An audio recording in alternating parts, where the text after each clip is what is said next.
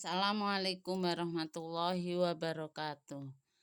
Kaum muslimin muslimat yang berbahagia, marilah kita bersama-sama membaca surat Al-Fatihah. Semoga Allah membukakan ilmu dengan mudah, membukakan rizki dengan mudah, memudahkan semua urusan kita. Amin, amin, ya robbal alamin.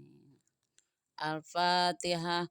A'udzu billahi minasyaitonir rajim. Bismillahirrahmanirrahim. Alhamdulillahi rabbil alamin. Arrahmanirrahim. Maliki yaumiddin. Iyyaka na'budu wa iyyaka nasta'in. Ihdinas shiratal mustaqim. Shiratal ladzina an'amta 'alaihim ghairil maghdubi عليهم ولا الضالين رب اغفر لي ولوالدي وارحمهما كما ربياني صغيرا آمين. Bismillahirrahmanirrahim. Sallallahu ala Muhammad. Sallallahu alaihi wasallam. Sallallahu ala Muhammad. Sallallahu alaihi wasallam. Anta syamsun, anta badarun, anta nurun fauqa nuri. Anta iksiru wa wali. Anta misbahu suduri. Kaum muslimin yang dirahmati Allah, pada pertemuan kali ini kita akan mengaji tentang perzinahan atau pelacuran. Firman Allah Subhanahu wa taala yang berbunyi, A'udzu billahi minasyaitonir rajim. Bismillahirrahmanirrahim. Wala taqrabuz zina innahu kana fahisyatan wa sa'a sabila. Walladzina la yad'una ma'allahi ilahan akhara la yaqtuluna an-nafsa allati haramallahu illa bil haqqi wa la yaznuna wa man yaf'al dzalika yalqa athama yudha'af lahul 'adzabu yawmal qiyamati wa yakhlud fihi muhana illa man taba wa 'amila 'amalan sholihan fa ulaika yubaddilu Allahu sayyi'atihim hasanat, yang artinya, dan janganlah mendekati perzinahan. Sesungguhnya zina itu perbuatan keji dan perbuatan yang mungkar. Dan mereka yang tidak meminta kepada Tuhan selain Allah dan tidak membunuh jiwa yang diharamkan Allah kecuali dengan hak dan tidak berzina. Dan barang siapa yang berbuat itu terkena dosa dan hukuman, dilipat gandakan untuknya siksa pada hari kiamat dan akan kekal dalam neraka yang hina, kecuali orang yang bertaubat dan berbuat amal soleh, maka Allah akan merubah dosa-dosa mereka dengan kebaikan, dan Allah Maha Pengampun lagi Maha Penyayang. Ibnu Mas'ud radhiyallahu an berkata, saya bertanya kepada Rasulullah Shallallahu alaihi wasallam, apakah dosa yang terbesar di sisi Allah? Jawab Nabi Muhammad Shallallahu alaihi wasallam, mengadakan sekutu bagi Allah, padahal Allah yang menjadikan kamu. Aku bertanya lagi. Kemudian apakah? Jawabnya. Membunuh anakmu karena khawatir makan bersamamu. Aku bertanya lagi. Kemudian apakah? Jawabnya. Berzina dengan istri tetanggamu.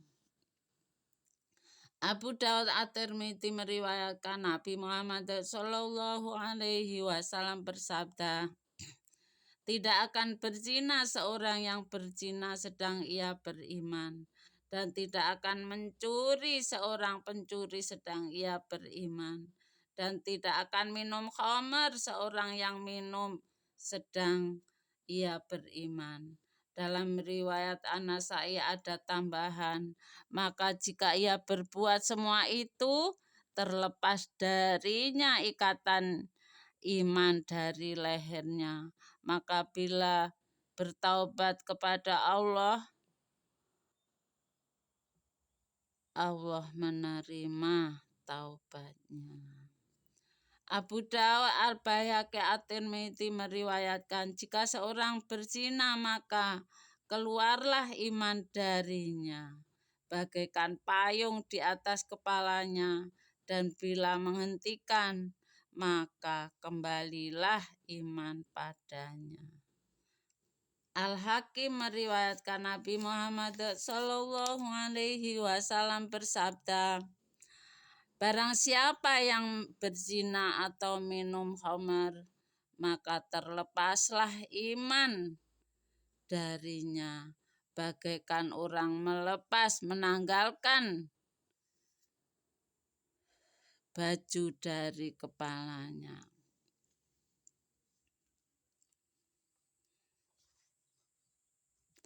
Ibnu Abi Dunya meriwayatkan Nabi Muhammad SAW bersabda, tiada dosa yang lebih besar di sisi Allah sesudah syirik daripada tetesan mani yang diletakkan dalam rahim yang haram baginya. Ibnu Hibban meriwayatkan bahwa Nabi Muhammad SAW bersabda, seorang dari Bani Israel beribadah selama 60 tahun sehingga subur bumi di sekitarnya dengan hujan dan hijau. Maka pada suatu hari ia mengintai dari biarannya dan berkata, andaikan aku keluar untuk berzikir pada Allah semoga bertambah berkat. Maka ia turun dari pertapaannya dengan membawa sepotong roti, dan ketika ia berjalan tiba-tiba bertemu dengan wanita. Maka ia bercakap-cakap sehingga berakhir berzina. Kemudian ia pingsan dan mati. Maka ketika ditimbang ibadah 60 tahun dengan zina itu, lebih berat zinanya daripada ibadahnya. Al-Bazzar meriwayatkan bahwa Nabi Muhammad SAW bersabda, sesungguhnya 7 bagian langit dan bumi semua mengutuk orang yang selalu berzina, dan bau kemaluan pelacur di dalam neraka dapat mengganggu ahli neraka karena sangat busuknya.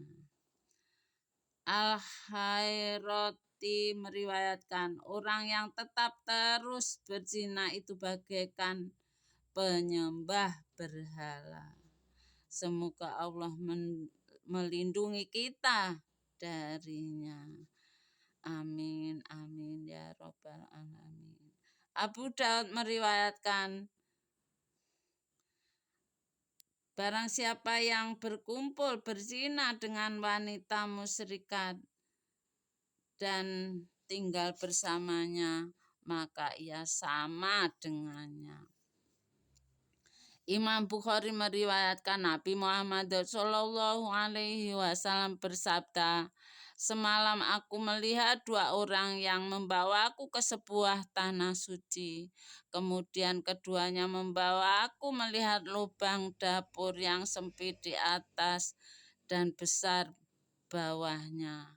Menyala api, dan bila meluap apinya naik orang-orang di dalamnya sehingga hampir keluar. Dan di lubang itu orang laki-laki dan perempuan yang sama-sama telanjang. Adapun lelaki dan wanita-wanita itu, yaitu para pelacur. Ali radhiyallahu an berkata, pada hari kiamat akan tercium oleh orang-orang bau yang sangat busuk, sehingga semua terganggu oleh bau itu. Kemudian semua orang merasa tidak kuat dari bau itu. Tiba-tiba ditanya, tahukah kamu bau apakah itu yang telah mengganggumu? Jawab mereka, demi Allah kami tidak mengetahui. Hanya saja sangat mengganggu ketenangan kami. Lalu diterangkan bahwa itu bau kemaluan para pelacur yang mati belum sempat bertaubat dari perbuatannya. Diriwayatkan bahwa iblis menyebarkan tentaranya di semua penjuru bumi dan berjanji, barang siapa yang dapat menyesatkan semua orang Muslim, barang siapa yang dapat menyesatkan seorang Muslim, akan kuberi mahkota di atas kepalanya, dan yang lebih besar fitnahnya. Itulah yang terdekat dan tertinggi pangkat pada iblis. Maka datanglah setan dan berkata, saya telah menggodanya hingga menceraikan istrinya. Jawab iblis, itu belum apa-apa sebab mungkin ia segera kawin lagi. Datang yang lain berkata, saya telah menggodanya hingga memutuskan hubungan dengan saudaranya. Jawab iblis, itu bukan apa-apa sebab kemungkinan ia kembali berdamai. Kemudian datang yang ketiga berkata, saya menggodanya hingga ia berzina. Jawab iblis, sungguh baik perbuatanmu. Lalu diletakkan mahkota di atas kepalanya. Na'udzubillahi min dzalik. Semoga kita dijauhkan dari kejahatan setan. Amin amin ya robbal alamin. Diriwayatkan juga bahwa di Jahanam ada jurang yang bernama Zubul Hazan, berisi ular dan kala-kala. Tiap-tiap kala sebesar keledai yang mempunyai 70 duri. Tiap-tiap duri penuh dengan bisa atau racun, menggigit orang yang berzina dan menuangkan racunnya dalam badannya yang terasa dalam masa 1000 tahun. Kemudian hancur dagingnya sehingga mengalir darah bercampur nanah dari kemaluannya. Tersebut dalam kitab Zabur, para pelacur akan digantung di neraka dengan kemaluannya dan dipukul dengan pemukul dari besi. Maka menjerit salah seorang karena pukulan itu. Diingatkan oleh Zabaniyah, manakah suaramu dikala kamu tertawa gembira dan bersenda gurau dan tidak malu atau ingat kepada Allah yang mengawasimu. Diriwayatkan juga, barang siapa yang berzina dengan wanita yang bersuami, maka di dalam kubur akan mendapat siksa separuh dari siksa umat ini, dan pada hari kiamat Allah memberikan semua kebaikan istrinya pada suaminya. Jika ternyata bahwa perzinahan terjadi tanpa sepengetahuan suaminya. Tetapi jika suami mengetahui dan tetap diam, maka Allah mengharamkan surga untuk suami. sebab Allah telah menulis di pintu surga, engkau haram terhadap germo orang yang membiarkan istri berzina. Juga ada keterangan bahwa barang siapa menyentuhkan tangannya pada wanita yang tidak halal baginya dengan syahwat, maka akan tiba di hari kiamat terbelenggu kedua tangan ke lehernya. Maka jika dicium, digunting bibirnya dalam neraka. Dan jika berzina maka akan berkata pahanya menjadi saksi, aku telah kamu gunakan untuk berbuat haram. Maka Allah melihatnya dengan murka sehingga jatuh daging mukanya. Lalu diingkari perbuatannya, tetapi lidahnya berkata, saya telah mengatakan apa yang tidak halal bagiku. Dan tangan berkata, aku telah menyentuh barang yang haram. Dan mata berkata, aku telah melihat yang haram. Dan kaki berkata, aku telah berjalan menuju yang haram. Lalu kemaluan berkata, aku telah berbuat yang haram. Lalu malaikat penjaganya berkata, aku mendengar. Dan lainnya berkata, aku mencatat. Dan Allah berfirman, aku melihat dan menutupi. Dan Allah menyuruh para malaikat, tangkaplah dan rasakanlah siksa Allah karena sangat marah padanya, sebab ia tidak malu kepada Allah. Tapi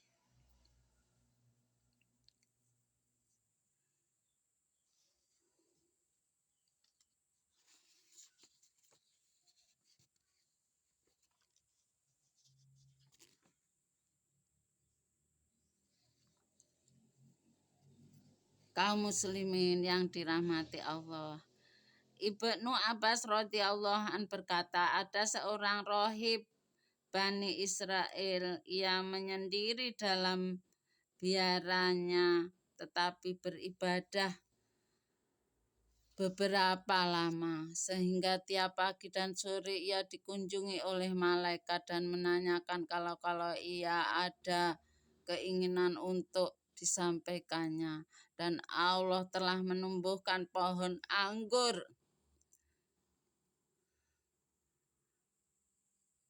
untuk biara itu, sehingga tiap hari ia memetik beberapa biji anggur untuk makannya. Dan bila haus cukup menengadahkan tangan ke udara, maka tertuanglah air dari udara. Dan pada suatu hari tiba-tiba ada wanita yang amat cantik berkata, hai pendeta, saya mohon pertolonganmu demi Tuhan yang disembah, berilah aku tempat bermalam karena rumahku sangat jauh. Jawab rohib, naiklah ke dalam. Dan ketika telah berhadapan dengan rohib, tiba-tiba wanita itu melepas pakaian dan telanjang bulat memperlihatkan kecantikannya. Rohib terpaksa menutup muka sambil berkata, tutuplah badanmu. Jawab wanita, demi Allah, saya ingin bersenang-senang denganmu malam ini. Lalu rohib bertanya pada dirinya, bagaimana pendapatmu? Jawab nafsunya, bertakwalah pada Allah. Lalu rohib berkata pada nafsu itu, celaka kamu akan menghilangkan ibadahku dan akan merasakan padaku pakaian lantung dari neraka. Dan saya khawatir atasmu dari api neraka yang takkan padam dan siksa yang takkan berhenti. Bahkan aku takut dari murka Allah. Bahkan aku takut dari murka Tuhan, tetapi nafsu itu tetap merayu. Lalu oleh rohib dijawab, kini kamu akan kucoba dengan api yang kecil. Jika kamu kuat menghadapinya, maka akan aku puaskan keinginanmu malam ini. Lalu rohib mengisi lampunya dengan minyak dan dibesarkan sumbu lampunya. Sedang wanita itu mendengar pembicaraan rohib dengan nafsunya itu dan melihat semua perbuatannya. Kemudian setelah dinyalakan apinya, segera rohib itu memasukkan jari tangannya ke dalam api. Maka terbakarlah ibu jarinya, lalu jari telunjuknya, sehingga semua jari-jari tangannya. Maka menjeritlah wanita itu sekeras suaranya hingga mati seketika itu. Maka ditutupi dengan kainnya. Dan rohib berdiri untuk sembahyang. Maka pada pagi hari iblis telah berseru di muka biaranya dan keliling kota itu bahwa rohib telah berzina dan membunuh wanita yang telah dizinai. Maka keluarlah raja dengan pengawal dan tentaranya menuju biara rohib. Lalu memanggil si rohib dan ketika dijawab segera ditanya, di mana fulana wanita itu? Jawab rohib, ada. Raja berkata, suruh ia keluar. Jawab rohib, ia telah mati. Maka raja berkata, tidak cukup kamu berzina sehingga kamu bunuh ia. Maka segera tentara raja merobohkan biara itu dan mengikat leher rahib dengan tali. Lalu mayat wanita itu juga dibawa untuk menyaksikan siksa yang akan dikenakan pada rohib itu. Kemudian tangan rohib itu diikat dan diletakkan gergaji di atas kepalanya. Kemudian digergaji kepala hingga lehernya. Maka mengeluhlah rohib. Tiba-tiba Allah mewahyukan pada malaikat Jibril, katakan kepadanya, jangan mengeluh kedua kali, sebab aku melihat semua kejadian itu dan kamu telah menangiskan penduduk langit dan hamalatul arsy. Demi kemuliaanku dan kebesaranku, jika mengeluh kedua kalinya maka akan aku binasakan langit dan aku longsorkan bumi. Ibnu Abbas radhiyallahu an berkata, maka Allah mengembalikan roh pada wanita itu sehingga bangun dan berkata, demi Allah rohib teraniaya, dia tidak berzina denganku dan tidak membunuhku. Kemudian menceritakan kejadiannya dari awal mulanya dan menyuruh orang-orang memeriksa tangannya yang terbakar sehingga mereka berkata, andaikan kami mengetahui maka tidak akan menggergaji kamu. Kemudian wanita itu kembali mati dan dikubur keduanya. Mendadak tanah kubur itu berbau wangi kasturi. Dan sesudah dikafan dan disembahyangkan serta dikubur terdengar suara dari langit. Allah telah menegakkan mizan dan mempersaksikan para malaikatnya. Aku persaksikan padamu bahwa aku telah mengawinkannya dengan 50.000 bidadari di surga Firdaus. Demikianlah balasanku terhadap orang yang selalu waspada, hati-hati terhadapku. Hikayat Al-Hasan berkata, dahulu ada seorang wanita pelacur dari Bani Israel yang sangat cantik, dan ia tidak menerima orang kecuali dengan uang 100 dinar. Dan pada suatu hari seorang abid melihat pelacur itu sangat kagum dan benar-benar ingin mendapatkannya. Maka ia berusaha sekuat tenaga hingga mencapai 100 dinar. Maka pergi pada wanita pelacur itu dan berkata, sebenarnya saya telah lama mengagumi kecantikanmu dan kini telah mendapatkan uang 100 dinar. Jawab wanita itu, silahkan masuk. Dan ketika ia masuk, tiba-tiba wanita itu duduk di atas tempat tidur dan dari emas. Lalu ia berkata, silahkan. Kemudian ketika ia telah berada di atas wanita itu, mendadak ia teringat kepada Tuhan yang mengawasi perbuatannya. Dan bagaimana kelak bila ditanya tentang amal perbuatannya itu, tiba-tiba ia gemetar dan berkata pada wanita itu, lepaskan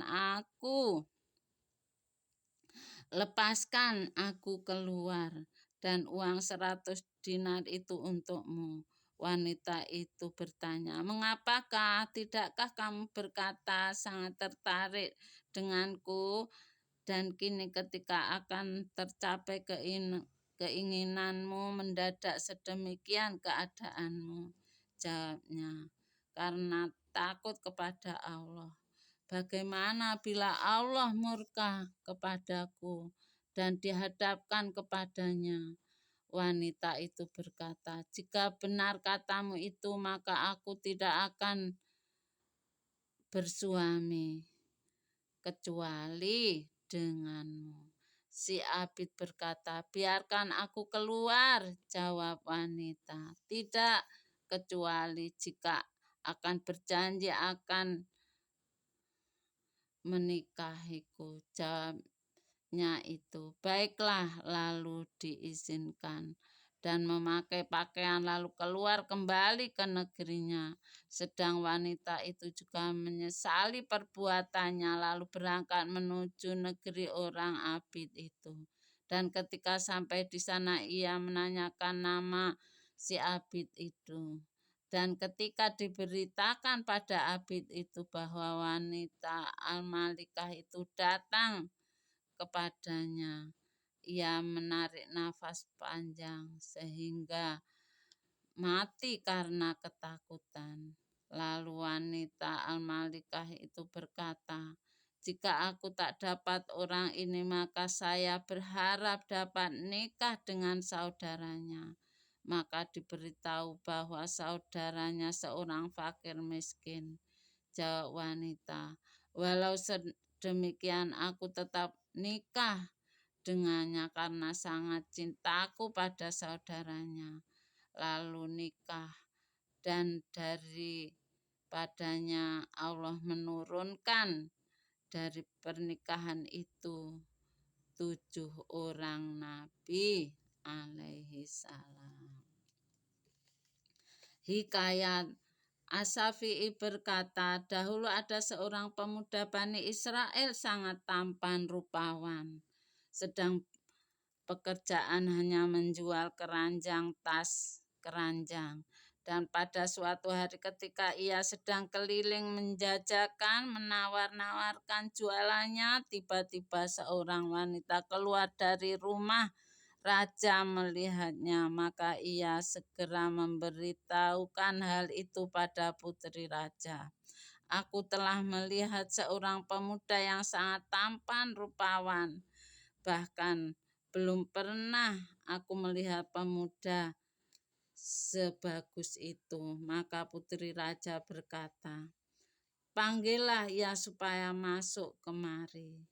Maka dipanggillah pemuda itu dan dipersilahkan masuk dari pintu pertama, kedua, dan ketiga. Kemudian ditutup kembali pintu-pintu itu. Dan di sana ia disambut oleh putri raja yang telah memperlihatkan wajah dan kecantikannya. Lalu pemuda itu berkata, "Silahkan, siapa yang akan membeli keranjang ini?" Jawab mereka, "Kami tidak memasukkan kamu kemari untuk membeli tas keranjangmu, hanya supaya kamu suka memuaskan nafsu birahiku." Maka ia berkata pada putri raja, "Bertakwalah kepada Allah, takutlah pada Allah, dan jangan berbuat sesuatu yang akan dimurkai Allah." Jawab putri, "Jika kamu tidak menuruti kehendakku, aku akan menjerit dan memberitahu pada raja bahwa kamu menghinaku." Maka setelah semua nasihatnya tidak berhasil, ia minta disediakan air wudhu. Maka putri memanggil pelayan untuk menyediakan air wudhu di atas rumah, di atas loteng. Sekira ia tidak akan dapat melarikan diri sebab jarak ke bawah sekira 20 meter. Dan ketika ia telah berwudhu, berdoa, "Ya Allah, aku diajak bermaksiat, tetapi saya lebih suka menjatuhkan diriku dari atas loteng ini daripada saya berbuat dosa kepadamu, ya Allah." Lalu ia membaca bismillah dan menjatuhkan diri dari loteng yang tinggi itu. Tetapi Allah segera menyuruh malaikat turun untuk menyambut dan menyelamatkan jatuhnya. Maka malaikat itu menahan kedua kakinya sehingga ia jatuh berdiri. Kemudian setelah selamat ia berdoa, "Ya Allah, jika Engkau berkehendak, maka berilah padaku rezeki yang cukup sehingga tidak perlu menjual tas keranjang ini." Maka Allah mengirimkan untuknya belalang dari emas. Maka diambilnya sepenuh bajunya dan berdoa, "Ya Allah, jika Engkau memberiku rezeki ini di dunia, maka berkahilah rezeki ini." Tiba-tiba dijawab, "Yang aku berikan kepadamu 1/25 bagian dari pahala kesabaranmu sehingga menjatuhkan dirimu itu." Ketika mendengar jawaban sedemikian, maka ia berdoa, "Ya Allah, saya tidak menginginkan sesuatu yang akan mengurangi pahalaku di akhirat." Tiba-tiba belalang emas itu hilang semuanya. Dan ketika setan ditanya, "Mengapakah kamu tidak dapat menyesatkannya?" Jawab setan, "Bagaimana aku akan dapat menyesatkan orang yang telah berani mengorbankan jiwanya untuk keridhaan Allah." Hikayat, salah seorang soleh bercerita, "Ketika aku sedang tawaf di Ka'bah, tiba-tiba terdengar suara wanita menggendong anak kecil di lehernya berdoa, 'Ya Karim, ya Karim, ya Tuhan yang Maha Pemurah, saya mengharap janjimu yang dahulu.' Lalu aku bertanya, 'Apakah janji antaramu dengan Tuhan?' Jawabnya, 'Dahulu aku naik di atas perahu bersama pedagang. Tiba-tiba di tengah laut datang angin taufan menyerang perahu sehingga tenggelam semua yang di dalam perahu. Dan tidak ada yang selamat kecuali aku dengan bayiku ini, terapung di atas sebatang kayu di tengah laut. Dan ada juga seorang hitam juga terapung di atas kayu. Dan pada pagi hari ketika si hitam itu melihatku, tiba-tiba ia berusaha keras untuk mendekatkan kayunya kepadaku. Dan ketika ia telah bersamaku di atas kayu, tiba-tiba ia merayuku untuk berzina. Dan aku katakan padanya, "Hai hamba Allah, apakah kamu tidak takut kepada Allah, sedang kita kini berada di tengah-tengah bahaya yang tidak dapat mengharapkan selamat dengan taat, apalagi dengan maksiat?" Jawabnya, "Ah, jangan omong begitu. Aku tidak harus aku perbuat." Maka karena anakku itu sedang tidur di pangkuanku, maka aku cubit anakku sehingga bangun. Lalu aku berkata pada si hitam, "Biarlah aku menidurkan anak ini dahulu, dan nanti terserah kamu." Tiba-tiba ia menarik anak ini dan melemparkannya ke dalam laut. Maka segera aku melihat ke langit sambil berdoa, "Ya Allah yang dapat memisah antara seorang dengan isi hatinya, pisahkan antara aku dengan si hitam ini dengan kekuasaan dan kekuatanmu. Sesungguhnya Engkau atas segala sesuatu maha kuasa." Demi Allah, belum selesai kalimat-kalimat doa itu keluar dari mulutku, tiba-tiba ada binatang laut keluar dari dalam air dan langsung membuka mulutnya dan menelan si hitam untuk dibawa ke dalam air. Dan Allah telah menyelamatkan aku dengan karunia rahmat-Nya dan kekuasaannya. Sungguh Ia maha kuasa atas apa yang dikehendakinya. Kemudian aku dibawa oleh gelombang di suatu pulau, dan di sana aku makan apa saja yang aku dapat dari pohon dan minum dari air tawar. Kemudian setelah 5 hari, aku melihat sebuah perahu dan segera aku melambaikan kainku di atas anak bukit. Maka ketika mereka melihat lambaian kainku, segera mereka mendekatkan perahunya, dan keluar dari perahu itu 3 orang yang akan membawaku ke dalam perahu mereka. Dan ketika aku telah berada di atas perahu, tiba-tiba aku melihat anakku ini di tangan salah seorang perahu. Maka karena tidak dapat menahan diri, segera langsung saya ambil anak ini untuk saya dekap dan saya cium sambil berkata, "Inilah anakku." Dan belahan hatiku orang-orang di perahu heran dan berkata, "Apakah kamu gila?"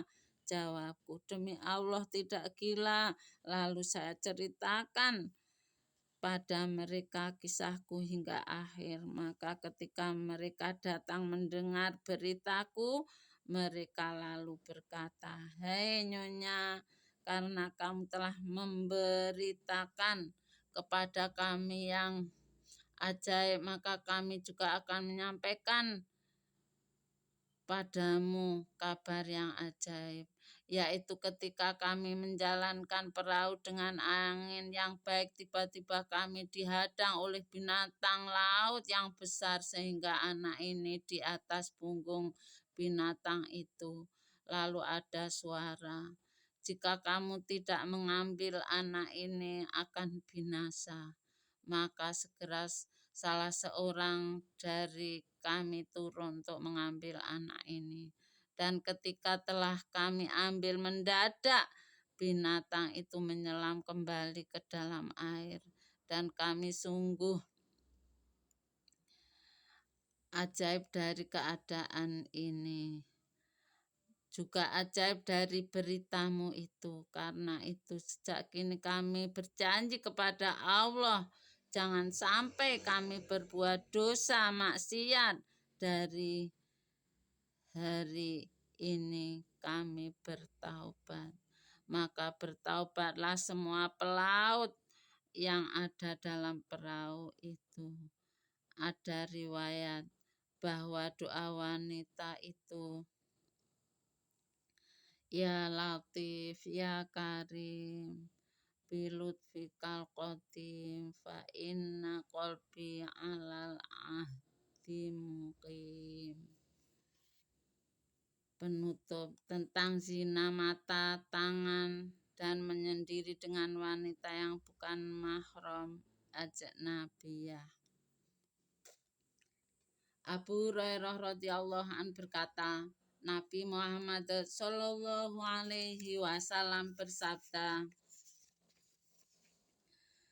telah dicatat pada anak Adam bagiannya dari zina, maka mata zinanya melihat, dan zina telinga yaitu mendengarkan, dan zina lidah yaitu berkata-kata, dan zina tangan yaitu menyentuh, dan zina kaki yaitu berjalan, dan hati menginginkan dan mengharap-harap, kemudian kemaluan yang akan melaksanakan atau mengurungkan.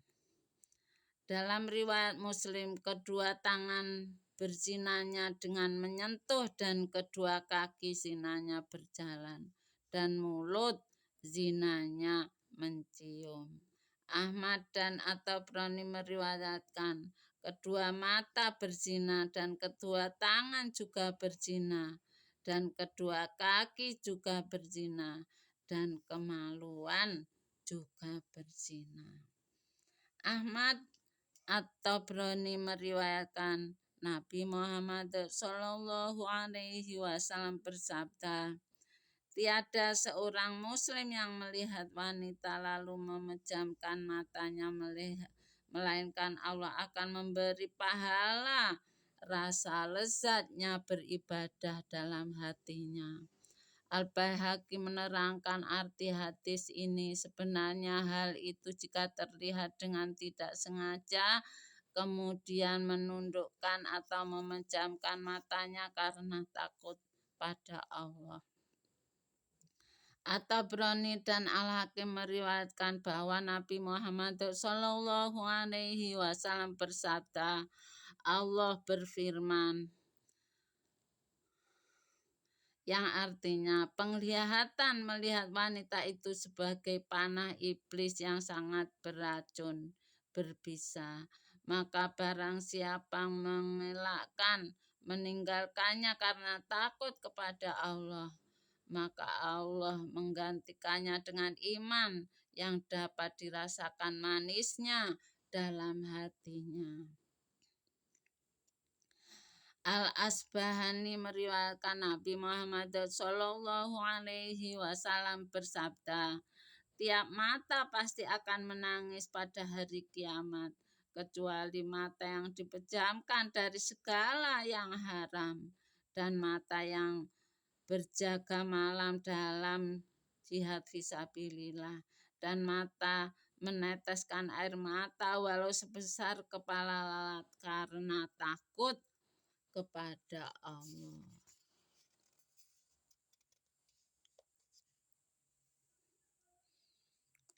Al-Asbahani meriwayatkan Nabi Muhammad sallallahu alaihi wasallam bersabda, 3 macam orang yang akan bercakap-cakap di bawah naungan Arsyullah dengan perasaan aman, padahal semua manusia masih sibuk dihisab.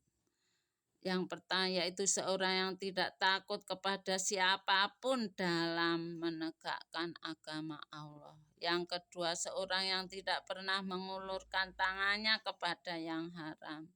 Ketiga, seorang yang tidak suka melihat pada apa yang diharamkan oleh Allah.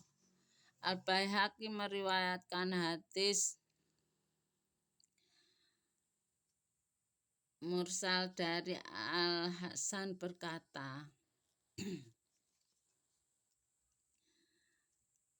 Al-Baihaqi meriwayatkan, saya mendapat kabar bahwa Nabi Muhammad Shallallahu Alaihi Wasallam bersabda, Allah melaknat, mengutuk kepada yang melihat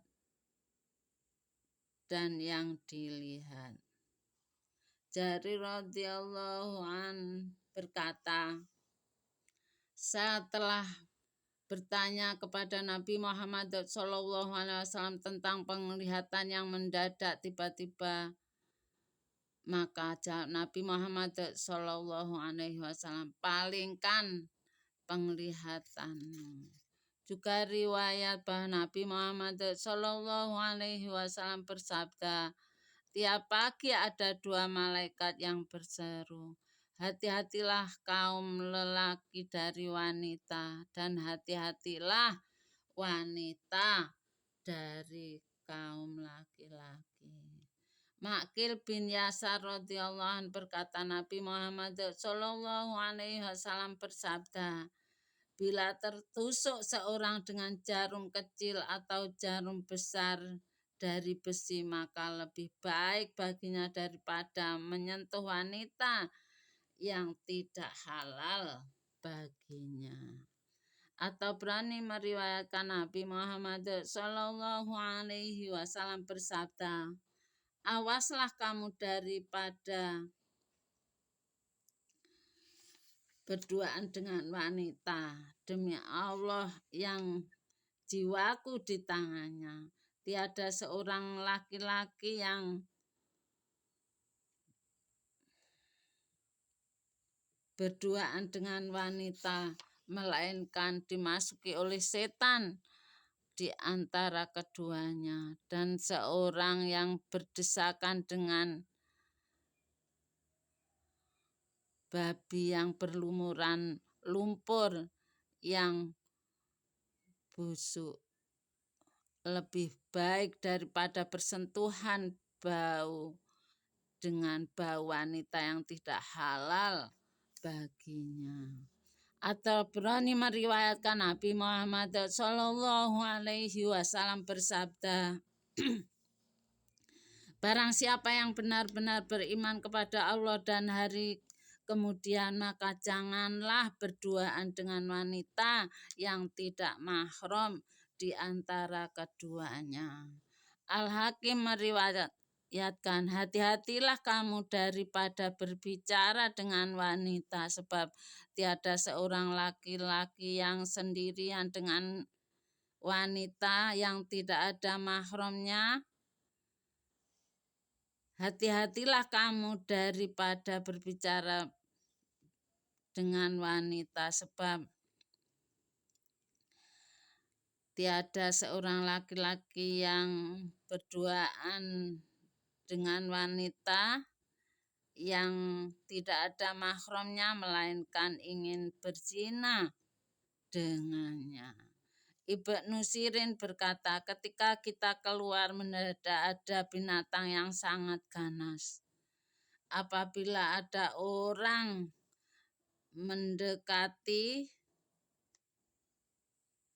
mendekatinya akan terbunuh. Maka datang seorang yang buta mata sebelahnya berkata, biarkan aku yang menyelesaikannya. Maka pergilah orang itu mendekati binatang buas itu. Tiba-tiba binatang itu meletakkan kepalanya di pangkuan orang yang buta mata sebelah sehingga dapat dibunuhnya. Orang-orang bertanya kepadanya, ceritakan pada kami bagaimana urusanmu itu. Jawabnya, saya tidak pernah berbuat dosa kecuali 1 kali dengan mataku ini. Lalu saya ambilkan panah dan saya congkel dengannya. Riwayat dari Ka'bul Ahbar berkata, terjadi kahar di masa Nabi Musa alaihi salam. Maka Bani Israel meminta kepada Nabi Musa alaihi salam supaya keluar untuk istisqa, minta hujan kepada Allah. Maka Nabi Musa alaihi salam berkata kepada Bani Israel ketika bersama-sama mereka naik di atas bukit, jangan ikut denganku, yang telah berbuat dosa, maka kembalilah semua pengikutnya kecuali seorang yang buta sebelah matanya bernama Bar al-Abid. Lalu ia ditanya oleh Nabi Musa alaihi salam, apakah kamu tidak mendengar apa yang kukatakan? Jawabnya, ya sudah mendengar. Apakah kamu tidak berbuat dosa? Jawabnya, saya tidak ingat, hanya ada kejadian yang saya ingat, maka jika itu dosa, maka saya akan kembali. Ditanya oleh Nabi Musa alaihissalam, apakah itu? Jawab Barah, pada suatu hari ketika saya berjalan di jalan, mendadak ada pintu kamar terbuka. Mendadak saya melihat ke dalam kamar itu tampak bayangan orang dan aku tidak mengetahui apakah laki-laki atau wanita. Maka aku langsung berkata kepada mataku yang melihat itu, kamu termasuk anggota badanku dan kamu telah berbuat dosa. Karena itu kamu tidak boleh selalu bersamaku. Lalu saya masukkan tangan di dalam mataku untuk mencungkelnya. Maka bila itu dianggap dosa, saya akan kembali. Nabi Musa alaihissalam berkata, itu bukan dosa. Dan kini silahkan kamu berdoa, hai Bar. Maka Bar berdoa, ya Kudus, ya Kudus, hai yang maha suci, hai yang maha suci, apa yang ada padamu tidak habis dan kekayaanmu tidak musnah atau tidak rusak, dan engkau tidak bakhil, maka mengapakah kejadian yang tidak biasa padamu? Turunkanlah hujan pada kami pada saat ini juga, sekarang juga. Maka turunlah Nabi Musa dan Bar dari atas bukit dan berjalan di dalam lumpur karena hujan lebat dengan rahmat Allah Azza wa Jalla. Al-Asma'i berkata, ketika saya sedang keluar untuk berhaji ke Baitullahil Haram dari jalan Sam, tiba-tiba di tengah jalan dihadang oleh harimau yang sangat besar dan ganas. Maka saya berbicara kepada orang yang di sebelahku, masakan dalam rombongan ini tidak ada yang membawa pedang untuk menghalau harimau itu dari kita? Maka jawabnya, adapun orang laki-laki maka saya tidak tahu, tetapi saya ketahui ada orang perempuan yang dapat menghalau harimau itu tanpa pedang. Lalu saya bertanya, di manakah ia? Lalu ia bangun bersamaku pergi menuju suatu pelangkin yang tidak jauh dari tempat kami. Lalu ia berseru, hai putriku, turunlah, halaukan harimau itu. Jawab putrinya, hai ayah, apakah suka hatimu bila harimau itu melihatku, padahal ia jantan sedang aku wanita? Tetapi hai ayah, katakan saja pada harimau itu, putriku Fatimah mengirim salam padamu dan bersumpah dengan nama Allah yang tidak dihinggapi ngantuk dan tidak tidur, hendaknya kamu pergi dari jalan orang-orang ini. Maka pergilah harimau itu. Hikayat As-Syafi'i dari seorang soleh berkata, dahulu di Basrah ada seorang bernama Zakwan, seorang terkemuka di antara kaumnya. Dan ketika mati ia dihantar oleh semua orang di Basrah. Dan ketika orang-orang semua pulang, saya masih tinggal di kuburan itu hingga tertidur di dekat salah satu kubur. Tiba-tiba bermimpi ada malaikat turun dari langit dan memanggil, "Hai ahli kubur, bangunlah kalian untuk pahalamu." Maka keluarlah semua orang yang di dalam kubur, lalu menghilanglah mereka sejenak.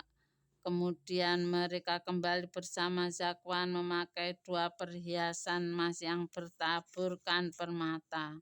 Dan di depannya beberapa pemuda yang mendahulunya masuk ke dalam kuburannya. Tiba-tiba ada malaikat berseru, "Ini orang termasuk ahli takwa." Maka karena satu kali ia melihat kepada wanita yang haram dilihatnya, maka ia terkena balasan sehingga didekatkan ke jahanam, lalu keluar darinya ular yang menggigit mukanya hingga menjadi hitam. Dan diingatkan, "Hei Zakwan, tiada sesuatu yang tersembunyi dan dari Tuhanmu.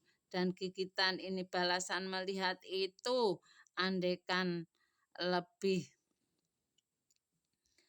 Allah akan menambah." Kemudian setelah itu ada pula seorang yang menampakkan kepalanya dari kubur dan bertanya, "Apakah yang kamu inginkan dari aku? Ini telah mati sejak 90 tahun dan sampai kini panasnya maut itu belum juga hilang dariku. Karena itu doakanlah aku kepada Tuhan supaya mengembalikan keadaanku." Sedang orang itu di dahinya ada tanda bekas sujud. Tampih, ketahuilah bahwa zina mata itu yaitu sengaja melihat wanita ajnabiyah yang diinginkan. Dan ini haram terhadap orang laki-laki. Juga haram melihat kemaluan wanita walau masih kecil, kecuali terhadap ibunya. Demikian pula haram wanita melihat laki-laki dan boleh melihat kemaluan anak kecil laki-laki yang belum balik. Dan seharusnya wanita muslimat menutup diri dari wanita yang rusak moral atau fasik atau kafir. Fasik karena pelacur. Demikian harus menutup diri atau pingit terhadap hamba atau pelayannya yang fasik. Dan zina tangan itu menyentuh, maka bila melihat sudah haram, maka dengan sendirinya haram menyentuh. Dan haram juga tidurnya kedua laki-laki atau kedua wanita dengan telanjang keduanya dalam satu selimut. Juga harus memisahkan antara anak laki-laki dan wanita dalam tempat tidur jika telah berusia 10 tahun. Sebagaimana haram melihat, juga haram mendengar suara wanita ajnabiyah jika suaranya itu benar-benar menimbulkan perasaan syahwat. Dan berduaan dengan wanita ajnabiyah itu haram, kecuali jika ada orang ketiga yang disegani, baik mahram atau lainnya. Kaum muslimin muslimat yang dirahmati Allah, demikianlah pengajian tentang zina. Semoga dengan ilmu ini kita dapat mengetahui bagaimana itu zina, apa akibat zina, bagaimana dosa-dosa zina, bagaimana siksaan orang berzina, sehingga kita semuanya menjaga diri jangan sampai berzina. Semoga saya sendiri khususnya anak cucu dijauhkan dari perbuatan zina. Amin, amin ya Rabbal Alamin. Semoga dengan ngaji tentang zina Allah membukakan ilmu sehingga menjadikan kita semuanya manusia yang bertakwa, menjauhi segala larangan Allah dan melaksanakan segala perintah Allah sehingga menjadi manusia yang selamat, berbahagia di dunia sampai surga. Amin, amin ya Rabbal Alamin. Allahumma ja'al a'malana sholihah wa ja'alha liwajhika khalisah wa ja'al li ahadin fiha syai'a. Amin ya Rabbal Alamin. Hadanallahu wa iyyakum ajma'in. Ya Allah, jadikanlah apa yang kami kerjakan itu menjadi amal soleh dan semata-mata karena mengharap ridho Allah dan bukan karena sesuatu apapun. Kabulkanlah doa kami ya Allah, Tuhan seluruh alam. Semoga Allah selalu memberi petunjuk kepada kami dan kalian semua. Amin ya Rabbal Alamin. Wassalamualaikum warahmatullahi wabarakatuh.